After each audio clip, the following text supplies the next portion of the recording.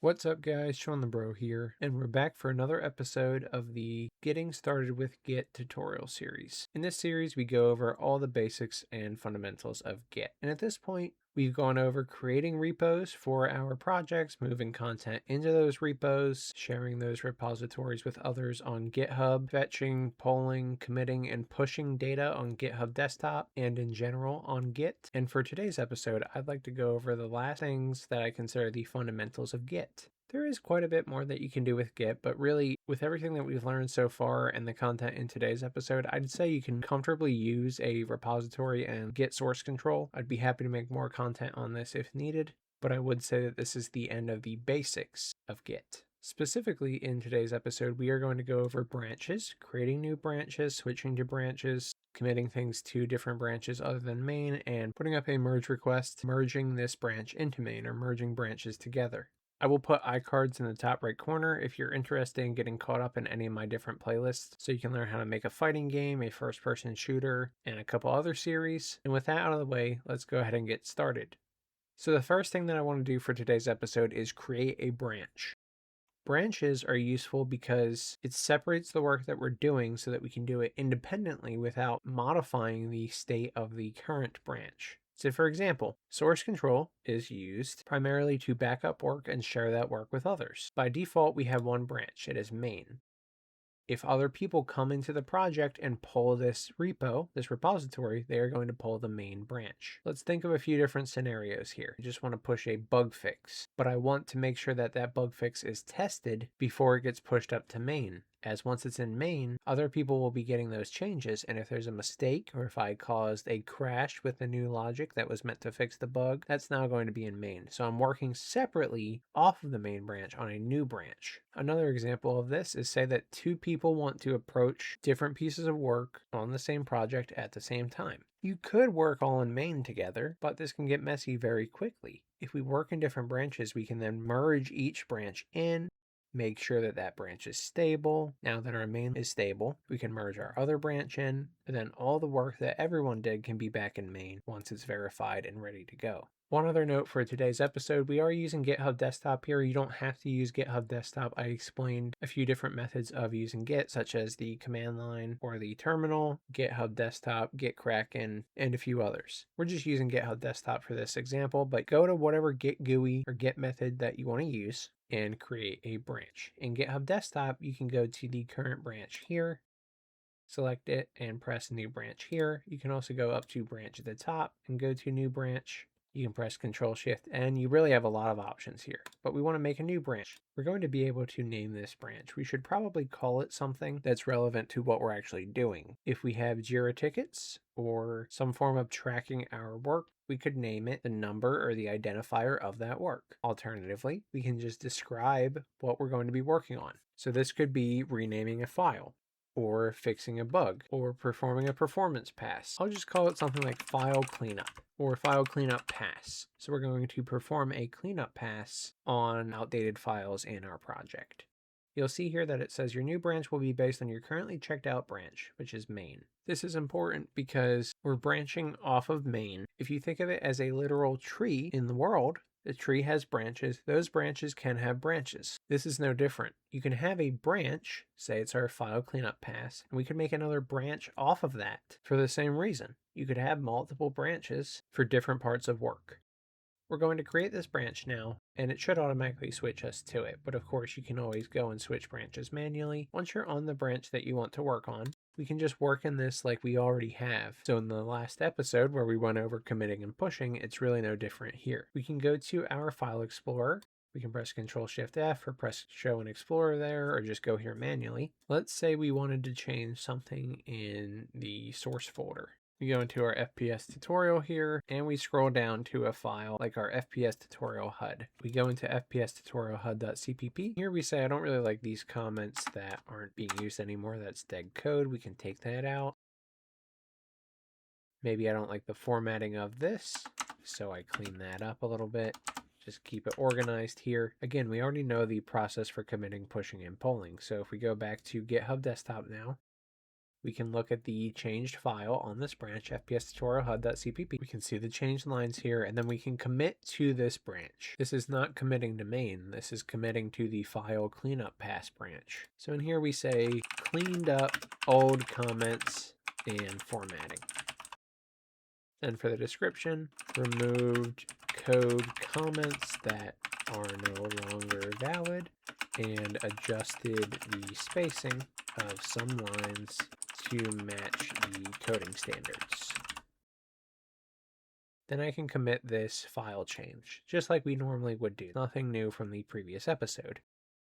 The difference here is if I look at my history, you'll see that this branch not only has all the changes that we made on main, such as the initial commit, the port of the project, and then the updated README that we use as an example from the previous episode, but it also has this new change right here that we just committed. If we are to go back to the main branch and go to the history, you'll see that we don't see that new commit yet. That commit has not been merged to main, so we won't see it in the history here. If we swap back to our file cleanup pass branch now, and we're ready to get this merged up to main, there's a couple things that we may need to do. It will depend on your workflow, your process, your team size, and really your use case for exactly how we handle this. But one thing that we need to do for sure is publish this branch. When we make a new branch, it is a local branch. That means it's only on your machine. It's not been published up to the remote area yet, which means people can grab it, other people can see it. You can press publish branch here, or Control P as you see there to actually publish this branch.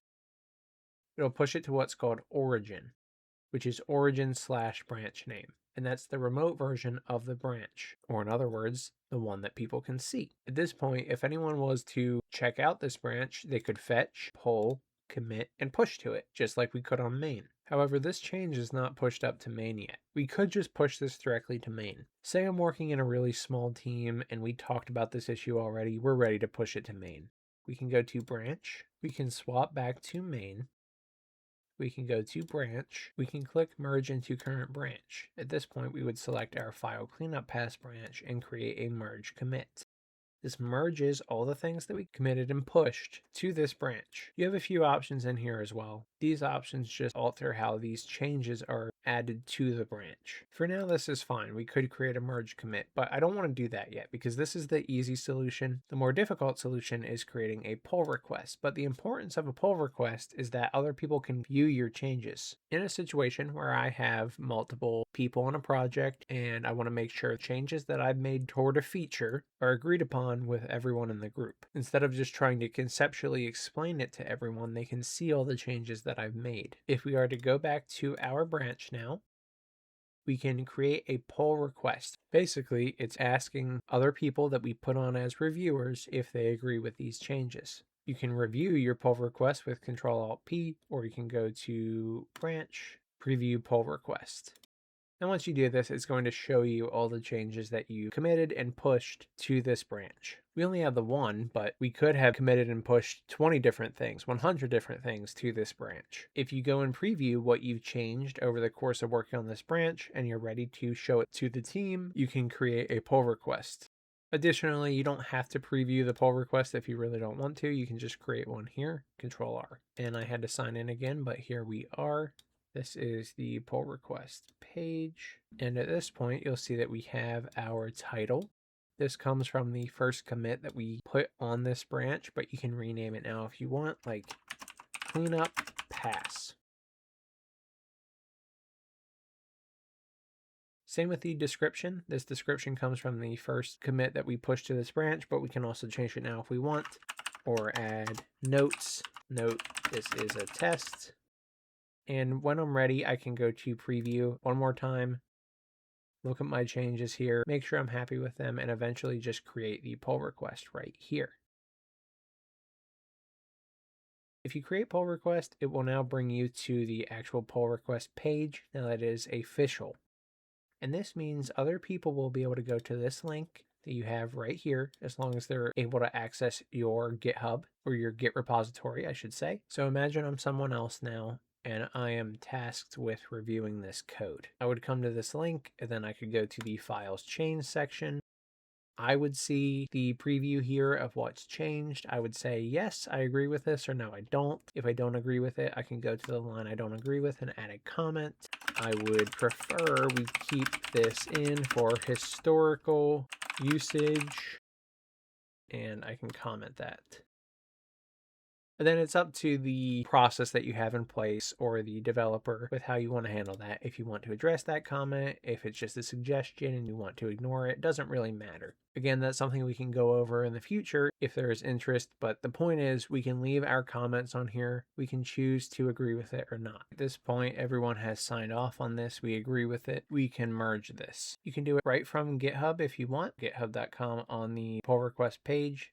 You see that there are no conflicts with the base branch, and that means no changes that have gone into main occur on the same lines as any of the changes in this pull request. If that's the case, that's great. Then we can go ahead and merge the pull request. Again, you have your options to squash and rebase, as opposed to creating a merge commit. But in the interest of keeping this simple right now, merging it with the merge commit is perfectly fine. Alternatively, if you don't like that method, you can go back to either your command line or your GUI, and you will be able to push from here as well. You can go to your branch, switch back to main, go to branch again, merge into current branch, and then pick your branch that you want to merge, just like I was showing you earlier. So it's up to you how you want to do it. Whatever is easier for you is perfectly fine. I personally like to just go into the pull request and merge it from here, but it really doesn't matter. When we go to merge now, we have to create our message. It will generate one for you, just merging pull request number 1, which is this merge request, and the branch.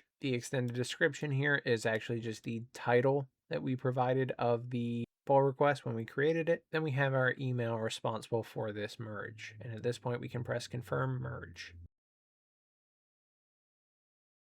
Once you do this, it will say the pull request successfully merged and closed.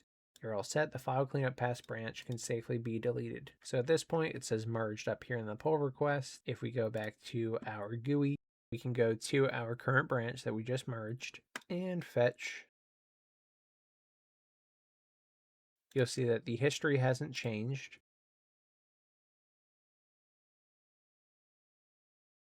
Now, if we go to main and look at our history, you'll now see that the commit that we put on the other branch is showing up here, as well as the commit for the merge.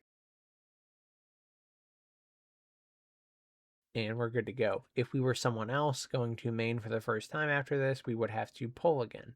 So we could do repository pull. But we have all the changes, and that means main is now updated with what we did on this branch. As GitHub told us, we can now safely delete this branch. You can keep it for historical purposes if you want, but now all your commits, all your changes are going to be on main.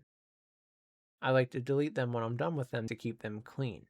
I'm going to right click on the branch here and just press delete. Once you do this, it will ask you if you're sure you want to do this because it can't be undone. And if you delete it here and it has a remote version or a non-local version, it will be deleted as well if we want to delete it there. And I do. I don't need this branch, local or the remote version anymore. Yes, delete this branch on the remote.